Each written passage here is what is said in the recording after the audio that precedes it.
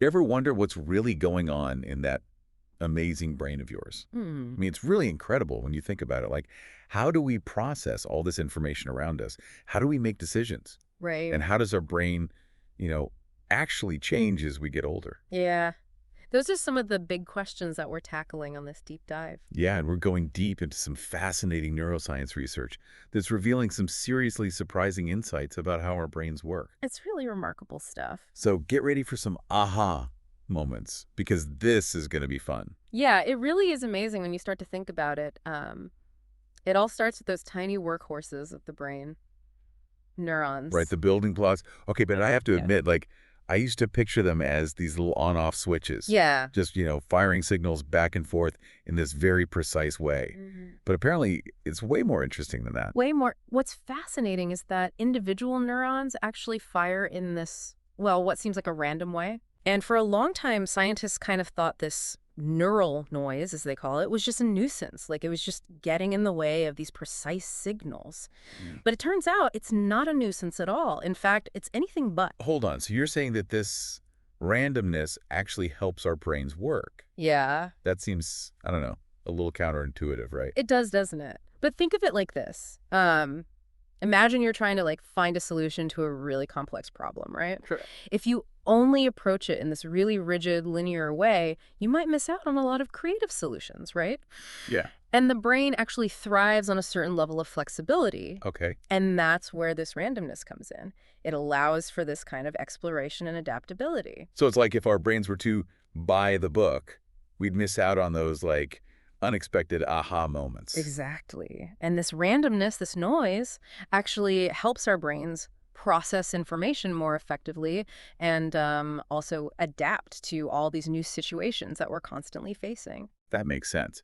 But how do we go from this kind of like chaotic neuron party to actually, experiencing the world in this coherent way that we do? Well, it's a really good question.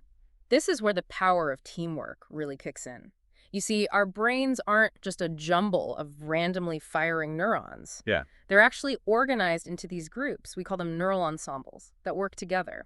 Imagine, if you will, each neuron as like a member of a choir. I like that. Okay. One singer might hit a slightly off note here and there, but the collective sound of the entire choir kind of blends those imperfections into this harmonious melody. Okay, I love that analogy. So it's like each neuron is adding its own little bit of information, Right. and somehow the group as a whole kind of averages out the randomness to create a clear signal. Precisely. And this is actually how our brains take in this constant stream of sensory input, the sights, the sounds, the smells, and they create a cohesive perception of the world around us. This is blowing my mind. But it also makes me wonder, how does the brain handle different levels of complexity?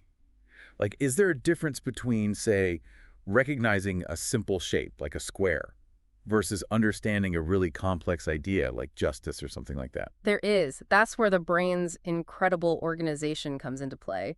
Imagine it like a hierarchy, almost like a ladder, right? Okay. At the bottom level, you have brain regions that are responsible for processing very basic sensory information. So like, okay, there's a line, there's a curve, that sort of thing. Exactly. Then, as you move up this hierarchy, as you climb the ladder, you encounter regions that process increasingly more complex information, combining those basic features into shapes, then objects, and eventually into those abstract concepts you were talking about.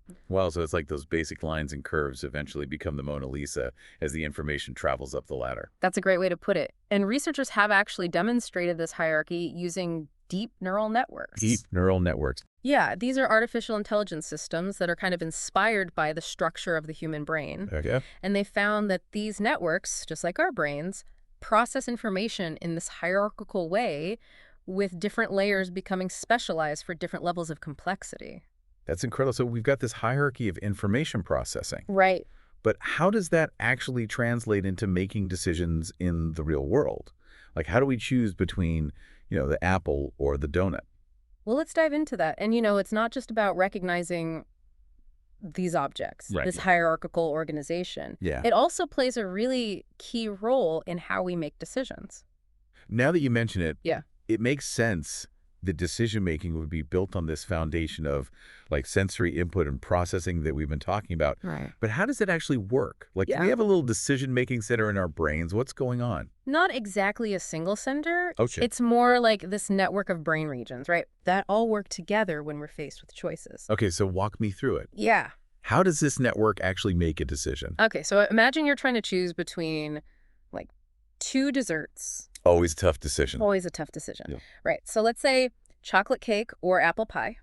Okay, I'm with you. So you have these different groups of neurons in your brain Right. that are representing each option. Okay. And their activity is constantly fluctuating, right?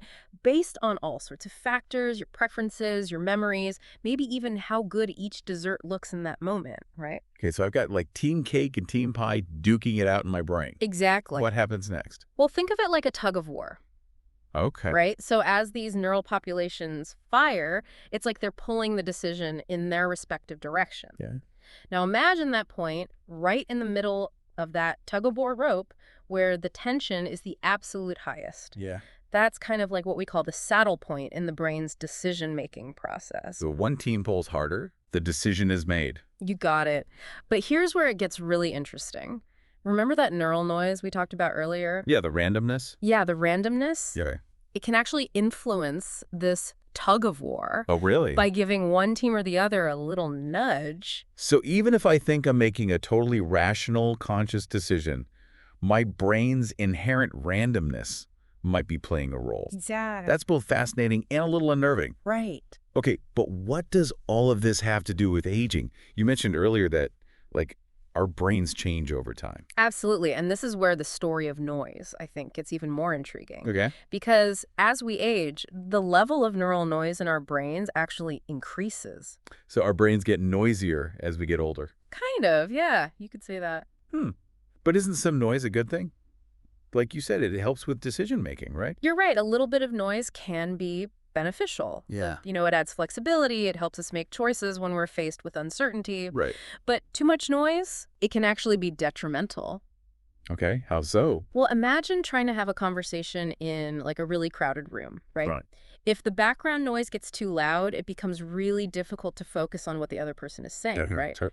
And similarly, this increased neural noise can make it more challenging Yeah. for our brains to efficiently process and retrieve information as we get a little older. So it's like our brains get a bit, I don't know, drowned out by all the extra noise as we get older. Yeah, that's a great way to think about it. Hmm. And this age-related increase in neural noise, you know, it's actually been linked to some of the cognitive changes that we see as we get older, Right. particularly in areas like working memory, Yeah. reaction time. So that's why I can't remember where I put my keys anymore, huh? Well, hey, it could be a factor, right? It's the noise. Imagine, like, trying to hold on to a piece of information, Okay. like a phone number, Yeah. in a really noisy environment, right? Right. It's much harder to keep that information clear and accessible when there's so much interference going on around you. Yeah. And, you know, similarly, this increased neural noise can make it more challenging for our brains to efficiently process and retrieve information as we age. Oh, hey, that makes a lot of sense. But I'm still curious about how scientists actually measure this noise in the brain. Right. It's not like they can just, like, stick a decibel meter in there. Right. No, it's much more complex than that. Okay. They actually use these brain imaging techniques, things like EEG Okay. and ECOG, which essentially measure the electrical activity of neurons in the brain. Okay. And these techniques, they allow scientists to study brainwave patterns and look for these specific markers that are associated with neural noise. And what have they found? Like, what does it actually look like? Well, one key finding is that older adults tend to have what's called a flatter power spectrum Okay. in their brainwaves. A flatter power spectrum. Yeah, Okay, that sounds a bit technical. a little. What does that actually mean? So imagine listening to a piece of music with a wide range of high and low notes, right? Yeah, okay. That would be like a brain with a more varied power spectrum, lots of peaks and valleys Okay. in the brainwave activity. But as we age, it's like some of those high notes get muted and the music becomes, well, a little flatter, you know, less dynamic. Okay. And this flatter power spectrum Yeah. is associated with this increased neural noise. Fascinating. So more noise, flatter brain waves. Yeah. And potentially some, cognitive slowing down as a result. Right. But before we wrap up, I want to circle back to something you mentioned earlier Yeah. about the brain as a network. Right, the network. Because we've talked about these neurons and noise and decisions, but how does it all come together in this incredible network that makes us who we are? That's a great question. Right. Yeah. And that's the beauty of the brain. It's not just this collection of individual parts. Yeah. It's this highly interconnected and really dynamic system, right? We have billions of neurons organized into all these different regions, and they're all constantly communicating with each other through this complex web of connections. So like a social network. Yeah. But for neurons. Exactly. And just like in a social network where you have some individuals that have this really wide reach and influence. The influencers. The influencers, exactly. Yeah. There are certain brain regions that act as these hubs connecting to many other regions and facilitating communication across the entire network. Okay, so I'm picturing those people on social media with like millions of followers. Right. Are you saying there are like neurons like that in our brains? Well, not exactly neurons, but regions, brain regions. Okay. Scientists have actually discovered this rich club phenomenon, as they call it, in the brain. Rich club. Yeah, rich club. Okay. Where certain regions, like the precuneus, the superior frontal cortex, parts of the parietal lobe, act as these highly connected hubs. So these rich club regions are like the influencers of the brain, spreading information far and wide. You could say that. And this organization is it's crucial for efficient brain function. It allows for this rapid information processing, flexible thinking, and even the ability to switch between different tasks seamlessly. It's amazing to think about these different regions working together, influencing each other. Yeah. To shape our thoughts and our emotions, our actions. Right. It really is. And, the more we understand this intricate network, Yeah. the more I think we can really appreciate the brain's just incredible complexity and its ability to adapt and change throughout our lives. This has been an incredible journey into like the inner workings of our brains. I mean, from like the surprising role of this neural noise to like the interconnectedness of the brain's network. Yeah. It's clear that there's still so much that we're learning and uncovering. Absolutely. And that's what makes neuroscience so fascinating. Every new discovery opens up even more questions and possibilities. I love that. So to our listeners, the next time you can't remember where you put your keys, remember this. Yeah. Your brain is this incredible dynamic organ, constantly processing information and navigating the world in this delicate dance of order and randomness. That's a nice way to put it. And, as we've learned today, even that randomness plays this crucial role in making you, well, you. Well said. I think that's a great takeaway. Embrace the complexity and never stop exploring the wonders of your own mind. And on that note, we'll leave you with this thought-provoking question. If our brains are essentially these complex networks, constantly evolving, constantly adapting, what does that mean for our sense of self and our understanding of consciousness?